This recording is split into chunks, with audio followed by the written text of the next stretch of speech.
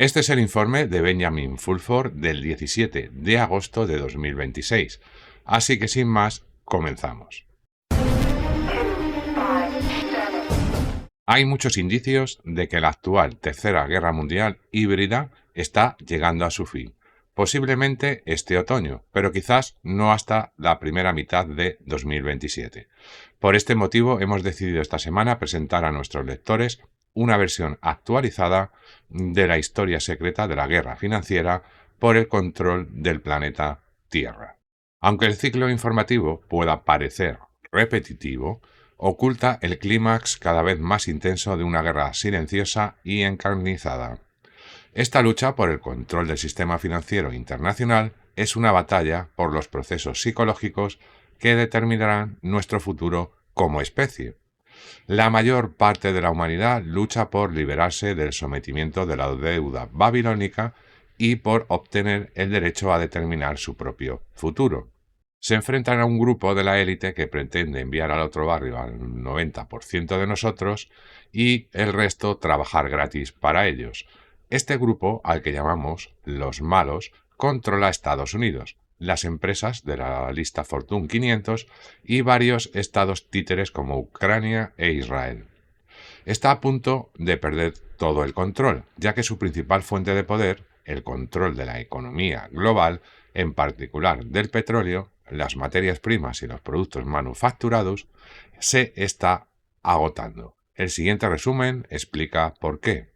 La información aquí contenida proviene de familias reales asiáticas y europeas, servicios de inteligencia, sociedades secretas, etc., y fue recopilada durante las 2 décadas en las que estuve involucrado en esa guerra secreta. Aunque la guerra lleva milenios asolando el mundo, nuestra historia comienza en 1913. Ese año, un grupo de banqueros arrebató al Congreso de los Estados Unidos el control de la creación y distribución del dinero y fundó la Junta de la Reserva Federal. Una vez que los banqueros tomaron el control de Estados Unidos, se pusieron inmediatamente en marcha su plan para iniciar la Primera Guerra Mundial. Esta guerra condujo a la destrucción de los imperios alemán, austrohúngaro y otomano. Tras la guerra, Alemania quedó obligada por el Tratado de Versalles a pagar 132.000 millones de marcos de oro como reparaciones. Solo las casas reales asiáticas podían proporcionar a Alemania semejante cantidad de oro. Explicación. Desde la época romana, los asiáticos han exportado especias, seda, cerámica, etc., a Occidente a cambio de oro y plata. Por lo tanto, el 85% de las reservas mundiales de oro se encuentran en Asia. El acuerdo que los alemanes concluyeron con las casas reales asiáticas propició la fundación del Banco de Pagos Internacionales, BPI, en 1930.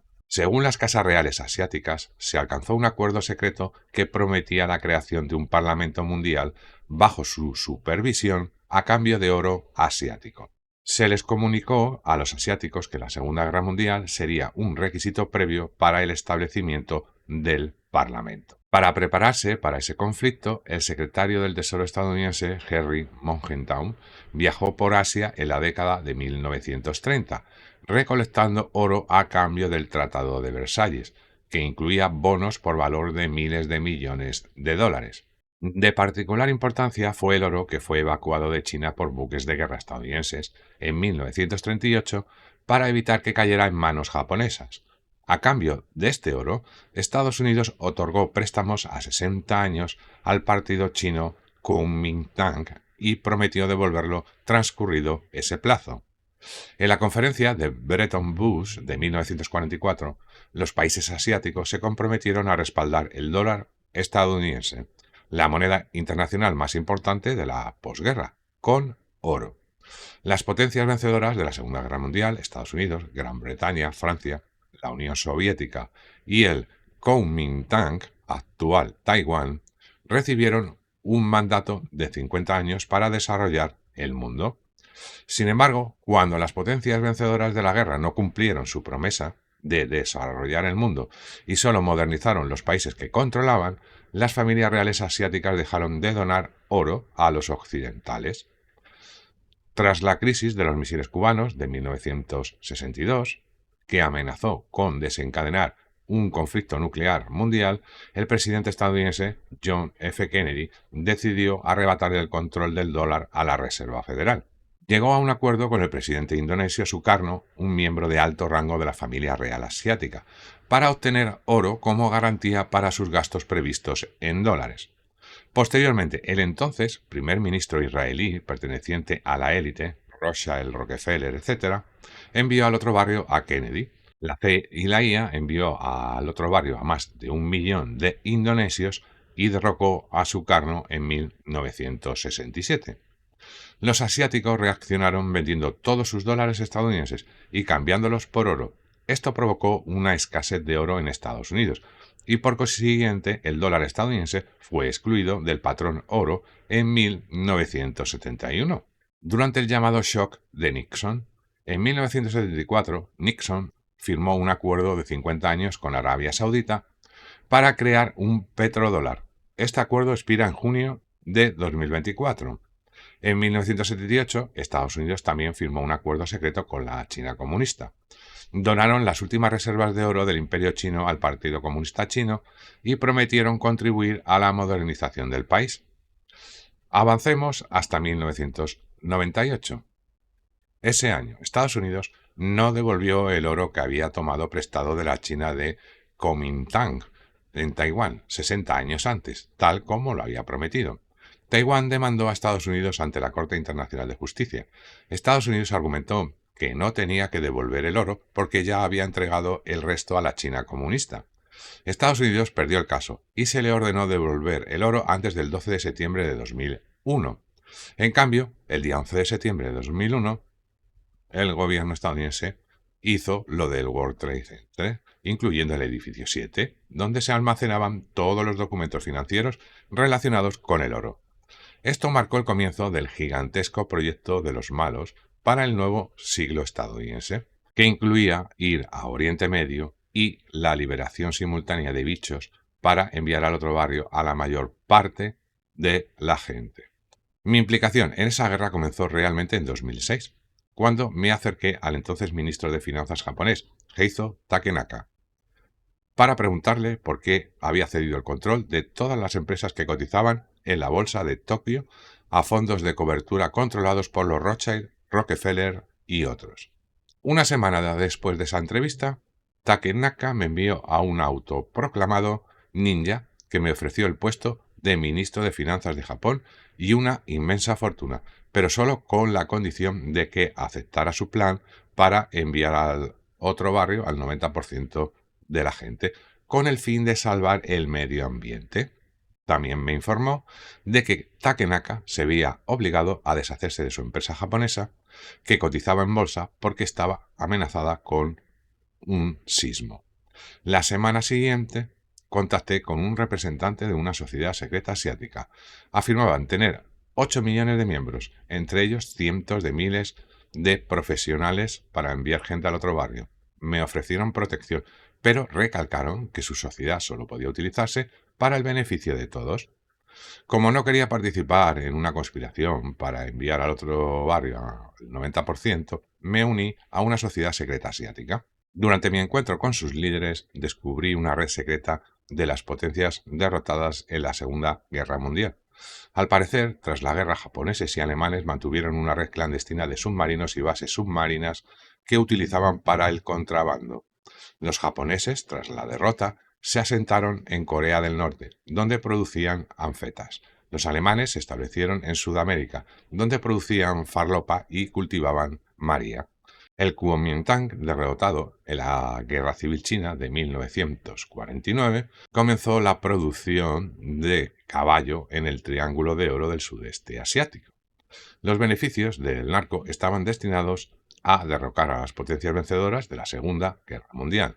Partes de la CIA y la IA, bajo el liderazgo de George W. Bush, sucesor de los nazis, participaron en esas actividades. Este es el origen de la afirmación de los narcos latinos de que la CIA y la IA significa Agencia Importadora de Farlopa. Las personas con las que me reuní me contaron que habían colaborado con la CIA y la IA en la producción de caballo en Vietnam. Ella afirma que la colaboración con los malos terminó cuando descubrió que el SARS es un bicho diseñado para enviar al otro barrio exclusivamente a asiáticos. También me presentaron a sus colegas de la CIA que habían accedido a cooperar. Por esas mismas fechas contacté con la princesa Kaoru Nakamaru, sobrina del emperador Meiji, quien me facilitó una lista con miles de nombres. Se trataba de miembros de la Comisión Trilateral, el Consejo de Relaciones Exteriores, el Grupo Bilderberg, etc. En otras palabras, conformaban la cúpula de los malos. Me aseguro que estas personas eran responsables de lo del día 11 de septiembre. En aquel entonces me inspiró Kill Bill de Quentin Tarantino. En una escena de la película, dos sicarios se enzarzaban en una lucha a muerte. La pelea terminó abruptamente cuando uno de ellos le arrancó el único ojo al otro, dejándolo ciego y poniendo fin al enfrentamiento. A los profesionales asiáticos se les entregó una lista con los nombres de miembros de la élite occidental. Se les dijo que podían poner fin a la lucha sacándole un ojo a uno de ellos o enviando al otro barrio al líder de los malos. Los asiáticos aceptaron. Ella también accedió a determinar la financiación de la corporación estadounidense. Más tarde, supe que David Rockefeller estaba en Tokio. Sabiendo que importantes personalidades estadounidenses se hospedaban en el Hotel Okura, cerca de la Embajada de Estados Unidos, llamé y concerté una entrevista con él. Este hombre era dueño de las Naciones Unidas, el BIS, el Banco Mundial y el FMI, y poseía participaciones mayoritarias en la mayoría de las empresas de la lista Fortune 500. En aquel entonces era el centro de la pirámide del poder.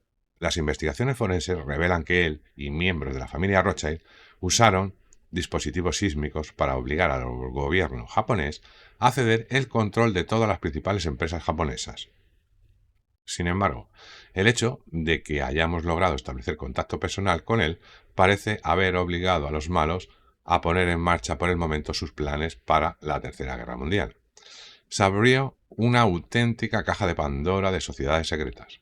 Poco después, aparecieron los alumbrados gnósticos. Afirmaban haber instigado las revoluciones estadounidenses, francesa y rusa, y ahora planeaban una revolución mundial. Entonces desapareció el masón Lev Zagami. Declaraban haber gobernado el planeta durante 26.000 años, según una conspiración que les habían revelado seres extraterrestres. Esta conspiración, según ellos, era causada por movimientos planetarios. El servicio de inteligencia ruso, FSB, los norcoreanos, el Pentágono, el MI6 y muchos otros también salieron a la luz. La sociedad secreta asiática declaró la guerra e informó a sus socios occidentales que bloquearía el dólar estadounidense e impediría la emisión de nuevos dólares. Este suceso pasó a la historia como la crisis de Lehman Brothers. Como consecuencia, Estados Unidos quedó prácticamente aislado del comercio internacional.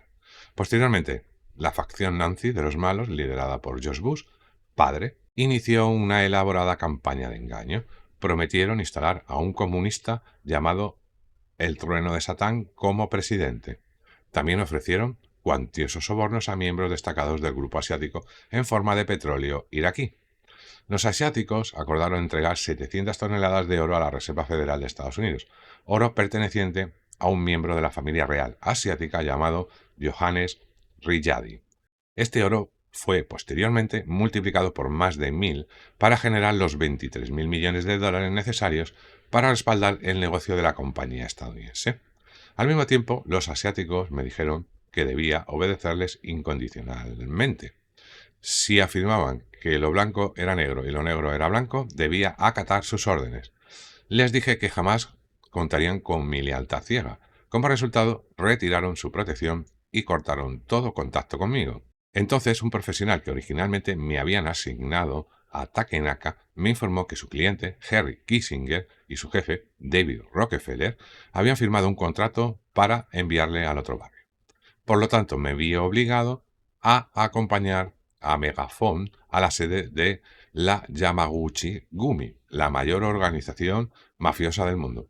Al fin y al cabo, el Servicio Japonés de Protección Submarina me había ofrecido un puesto. Al mismo tiempo, la Sociedad del Dragón Blanco fue fundada por miembros del FSB ruso, la CIA, el Pentágono, el MI6, la masonería P3 y otros para combatir la conspiración de los malos, cuyo objetivo era enviar al otro barrio al 90% de nosotros. Más allá de la investidura del trono de Satán, los malos perseguían un plan mucho más siniestro. Este consistía en un conflicto nuclear y un tsunami en Fukushima, Japón, el 11 de marzo de 2011, conocido en Japón como el 11S japonés. Esto es lo que escribí al respecto poco después del incidente. Mis fuentes incluyen, en lo que a mí respecta, la inteligencia militar japonesa, el ex primer ministro Naoto Kan, a quien conozco personalmente desde hace muchos años, miembros de la tripulación que llevaba esos dispositivos nucleares utilizadas en Japón, miembros de las ramas francesa y británica de la familia Rothschild, agentes de alto rango de la CIA y uno de los hombres más poderosos del mundo, un miembro del equipo que perforó el lecho marino para instalar esos dispositivos nucleares antes de lo del 11 de marzo. En primer lugar, cabe señalar que eso se planeó con años de antelación. Citando un informe de la CIA, la revista económica japonesa Saikai Tenbo escribió en febrero de 2007 que Estados Unidos había decidido que Japón dependía demasiado de la energía nuclear. Si esta tendencia continuaba, Japón dejaría de depender del petróleo controlado por Estados Unidos y, por lo tanto, dejaría de estar sujeta a su control. El informe concluía que destruir la compañía eléctrica de Tokio, operadora de la central nuclear de Fukushima, era la mejor manera de asegurar el estatus de Japón como colonia. Los Rockefeller, cuya familia controla General Electric, la empresa fabricante de la central eléctrica, a través de fideicomisos, estuvo profundamente involucrado en esa operación. Antes de la destrucción de la capacidad nuclear de Japón, Westinghouse y General Electric vendieron sus centrales nucleares a Toshiba y Hitachi. Esto constituye un caso de uso de información privilegiada al más alto nivel, y Hitachi y Toshiba ahora enfrentan acciones legales. El intento de la sociedad secreta asiática por hacerse con el control de las finanzas globales de las familias oligárquicas occidentales tiene un contexto más amplio que el de la historia de Fukushima.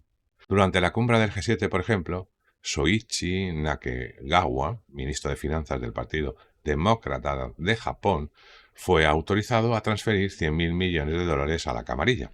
Posteriormente obtuvo los fondos mediante la venta de bonos del Tesoro estadounidense por valor de 100.000 millones de dólares. Tenía previsto anunciarlo en una rueda de prensa tras la cumbre del G7. A su regreso a Japón, lo enviaron al otro barrio. De vuelta a Fukushima, la negativa del Partido Democrático japonés y de las autoridades a entregar divisas valiosas a las familias de los oligarcas occidentales llevó a la decisión de continuar la operación en Fukushima para obligar a los japoneses a rendirse y obedecer. Una de mis principales fuentes, conocida con varios nombres como Kohn, Richard Sorge, Alexander Romanov y otros, pertenecía a una organización occidental de delincuentes con múltiples ramificaciones dedicadas al contrabando de todo a Japón. Un viejo conocido llamado Steve McClure, un autoproclamado periodista musical, me confirmó que Richard Sorge era su proveedor habitual de chucherías. Sorge me contó que un sudafricano llamado Spencer, miembro del Servicio Aéreo Especial Británico, lo citó en Pattaya, Tailandia. Spencer le ordenó que trajera 70 kilos de María, la llamada Thai Stick. Debía presentarme a la Yakuza o lo enviarían al otro barrio. Estos le advirtieron de una trampa y le aconsejó que se mantuviera alejado, y así lo hizo. Sorge también me contó que en Tailandia le mostraron un misil nuclear de 500 kilotones que se habían llevado del submarino ruso hundido Kursk. Este misil fue introducido de contrabando en Japón junto con las chucherías. Según Sorge y Spencer, el hombre que dirigió la operación de contrabando era un ex subcomisario de policía de Hong Kong llamado Stevens. Según la CIA y otras fuentes, el general Richard Meyers tenía el mando operativo general de esa operación contra Japón.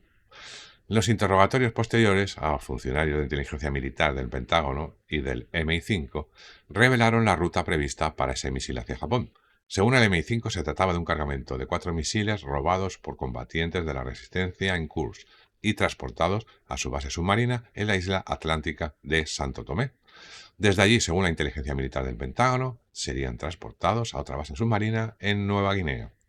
Desde allí, el misil fue llevado al Club Náutico Filipino, donde el equipo de steamers lo transportó en yate a una isla remota del archipiélago de Okinawa. Desde allí fue llevado en barco pesquero al puerto de Kyushu. Desde Kyushu, el misil fue transportado en furgoneta a la finca del ex primer ministro Yasuhiro Nakasone en Inodecho, al oeste de Tokio. Según Sorge, posteriormente fue llevado desde allí a la sede de la Organización Cívica de Corea del Norte, cerca del santuario Yasukuni.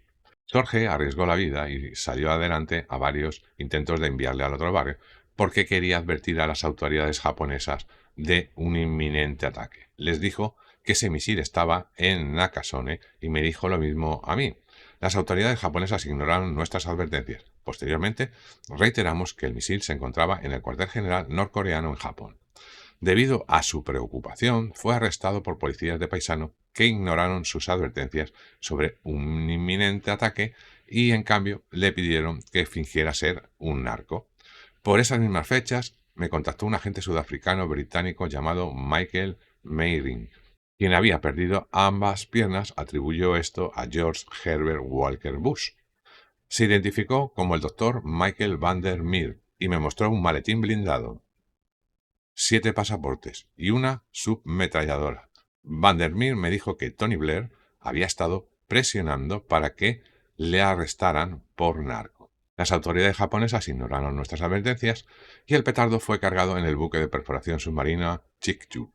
Los medios locales informan que el Chikyu realizó operaciones de perforación frente a las costas de Sendai en los meses previos al tsunami y lo del 11 de marzo de 2011 en Japón. Además, numerosos testigos afirmaron que el primer ministro Naoto Kan fue visto en la sede de la masonería japonesa cerca de la Torre de Tokio el día anterior a lo del 11 de marzo. Supuestamente le mostraron un mapa de Japón en el que faltaba la región de Tohoku, donde se produjo el tsunami. En aquel momento, la empresa israelí Magma ESP era responsable de la seguridad de la central nuclear de Fukushima. Un funcionario del gobierno de la prefectura de Miyagi afirma que empleados de esa empresa introdujeron plutonio en la planta en contra de su voluntad varios meses antes del 11 de marzo. Inmediatamente después del tsunami y del ataque, el primer ministro Naoto Kan recibió la orden de evacuar a 40 millones de personas de la llanura de Kanto, según declaró Kan en una rueda de prensa en el Club de Corresponsales Extranjeros de Japón. Al día siguiente, también recibió una llamada del primer ministro israelí, Benjamin Netanyahu, quien le pidió que transfiriera la propiedad de todos los bonos del Tesoro estadounidense en poder del gobierno japonés a los oligarcas de la camarilla, lo cual hizo, según la inteligencia militar japonesa. Tras los sucesos, un miembro de las Fuerzas de Autodefensa de Japón, que había participado en el desmantelamiento de ese petardo atómico lanzado desde el USS Kursk y su posterior hundimiento, contactó con la comunidad cristiana de Tachikawa, liderada por el pastor Paolo Izumi, y solicitó protección. Declaró que 14 de sus compañeros, que desconocían el propósito del hundimiento, los habían enviado al otro barrio para que se callaran y que temía que le hicieran lo mismo a él. La comunidad lo acogió y ahora se encuentra bajo protección de testigos. Tras lo del 11 de marzo, el autor viajó a Corea del Sur por invitación del doctor Van der Meer. Allí se enteró de que la familia Rothschild había planeado esto para obligar a 40 millones de refugiados japoneses a huir a Corea del Norte y Corea del Sur.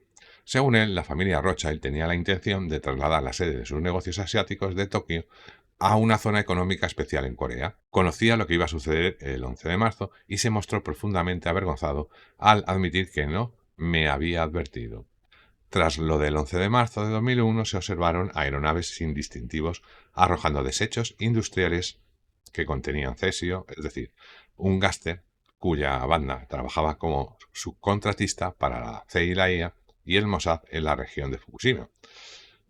La enorme campaña de propaganda basada en el miedo que se desató tras lo del día 11 de marzo tiene su origen en el Mossad, el Pentágono y la CIA. Inmediatamente después de lo de Fukushima se registraron cientos de sismos en la isla de La Palma, en el Atlántico Sur. Una falla geológica atraviesa la isla y los expertos advierten que un sismo potente en esa zona provocaría el derrumbe de una gran parte de la isla en el mar. Esto desencadenaría un tsunami de 100 metros de altura que azotaría la costa este de Norteamérica y la costa sur de Europa.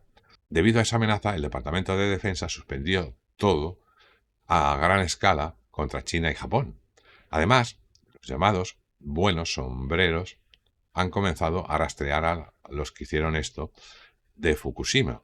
Entre las personas involucradas en esa campaña electoral se encontraban figuras clave como George Bush, padre e hijo, Michael Chertoff, Benjamin Netanyahu, James Baker, Paul Wolfowitz, el senador Rockefeller, Michael Hayden, Benjamin de Rothschild, David de Rothschild, Guy de Rothschild, Evelyn de Rothschild, Peter Hans Kovelbach y el expapa Benedicto XVI, y otros que fueron nominados.